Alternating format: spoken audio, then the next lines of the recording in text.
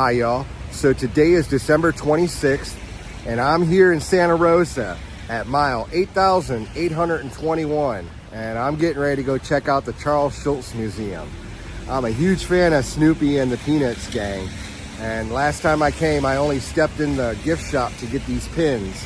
This time around I'm actually going to go check out the museum. So come on, let's go see what magic we can find.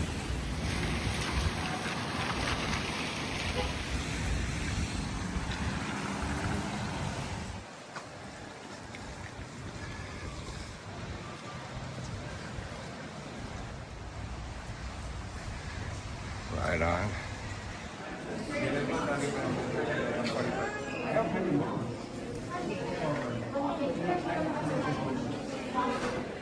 It seems beyond comprehension of people that someone can be born to draw comic strips, but I think I was. My ambition from earliest memory was to produce a daily comic strip. Charles Schulz did more than produce a daily comic strip. He revolutionized the world of cartooning. For 50 years, he used simple line and language to share his unique view of the human condition. His spare, expressive art transcended cultural boundaries and spoke to all of us. His cast of characters entered our lives and never left. The longevity of the Peanuts comic strip is due in large part to the strength and distinctiveness of the characters Charles Schulz created and continued to develop over the years. Casting a comic strip is like casting a drama company, Schulz said. You must have actors who can play whatever roles are called for by the artist. He observed that as the characters became more developed and defined over time, humor began to flow from their personalities.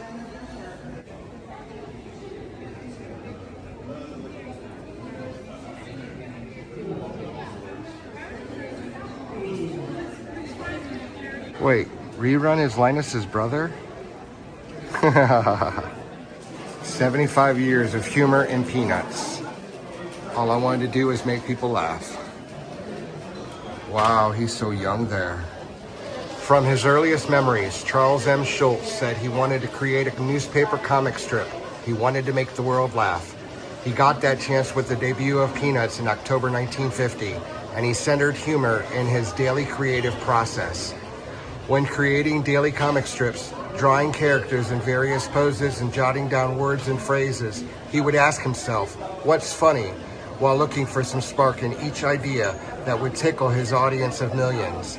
But humor can be individual. Are you easily brought to gales of deep belly laughs, or are you one to only smirk with a glimmer of inner amusement? Psychologists, scientists, and philosophers have sought and failed to find a unified theory of humor for centuries. What exactly makes us laugh? From cerebral wordplay to a moment of slapstick hilarity, the range of possibilities is astounding. Schulz's widow Jean recalled, I watched Sparky draw Peanuts for over 25 years and he did it so easily. I thought it was all so simple. However, after years of studying the strip since his passing, she and fans alike have learned how much work it took to make each strip seem simple while creating something universally humorous and timeless. Schulz's mastery of capturing humor through simplicity is what makes Peanuts remarkable, and now, 75 years later, we're still laughing. Pacing in 4 panels.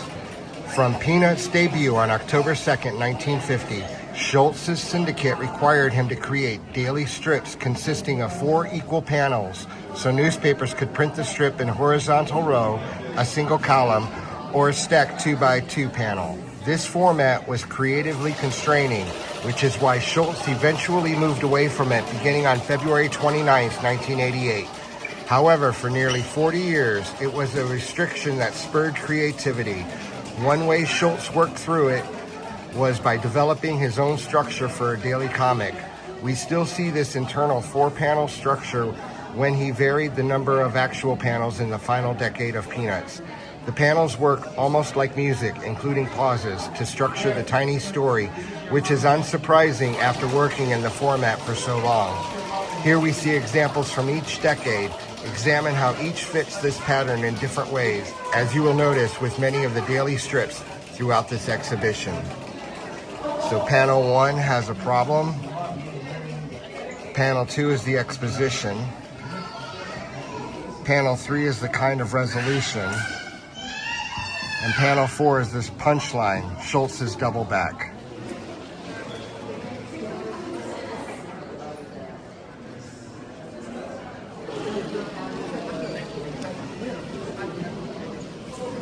Wonder Woman. Oh, and if these are the McDonald's cups, I remember having these. And the snow cone machine. That's so awesome.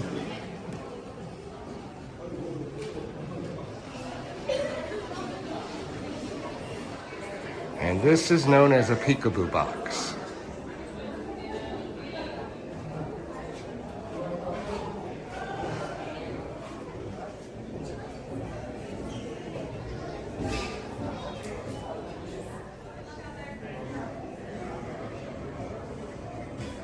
"75 different countries, more than 40 languages, including Braille."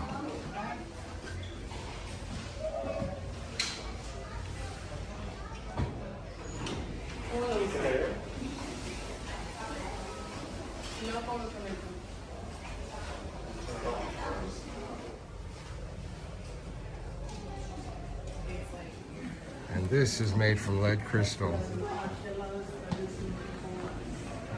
That's pretty awesome. And this is his studio, or a recreation of it. Wild expressions of anger, terror, and anxiety.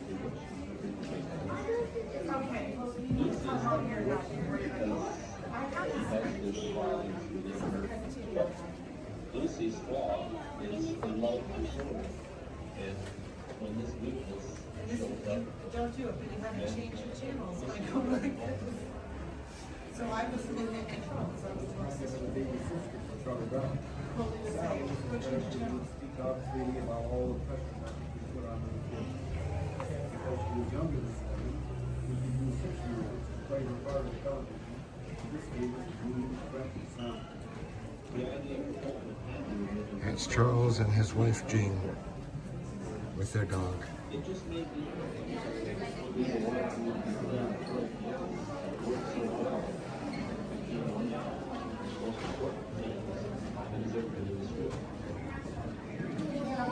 Kathy, right on. And these are some of his early influences. Popeye, Prince Valiant.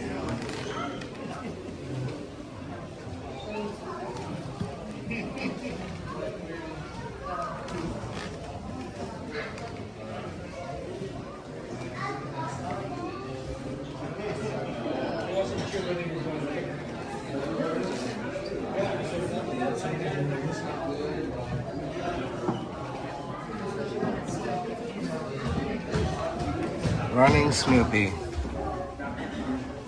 Charles Schulz was a sportsman. And you can even open the drawers for more artifacts. That's awesome.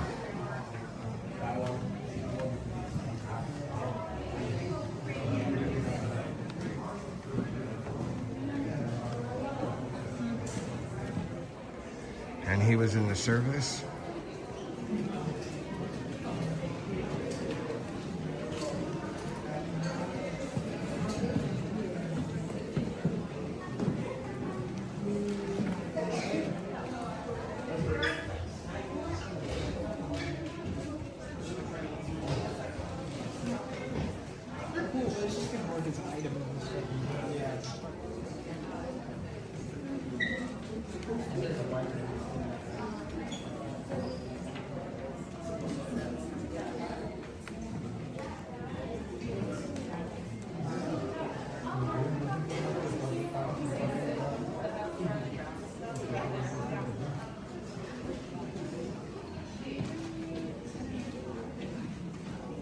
And here's a mural that Charles Schulz painted for his daughter.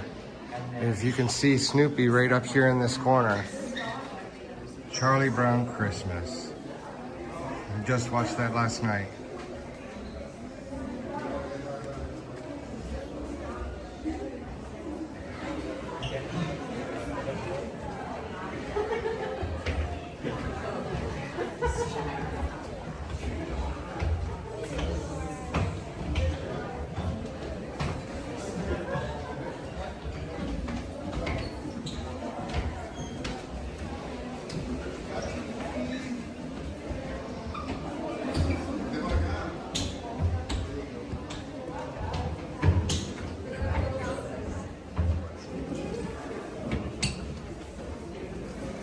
There's Schroeder's piano.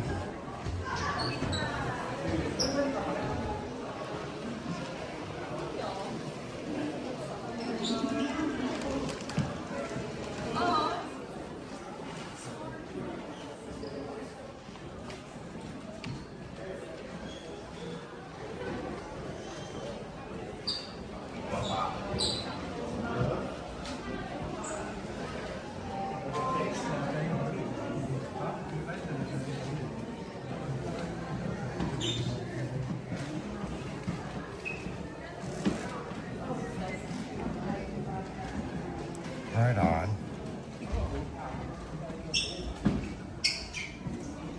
And they even have a theater.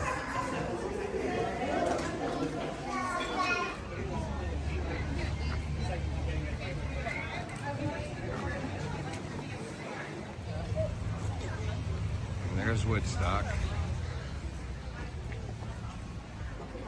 And this is the gift shop.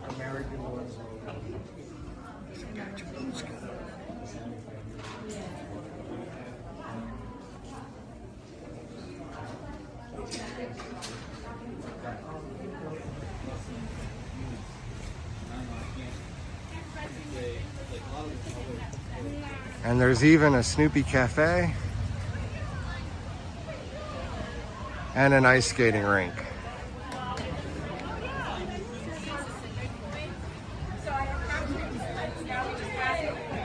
And so that is the Charles Schulz Museum here in Santa Rosa. Fuck yeah. I could have stayed in there longer, but it is a little packed. So I've had enough. Time for me to head back to my buddy's house and prepare for my next mini adventure.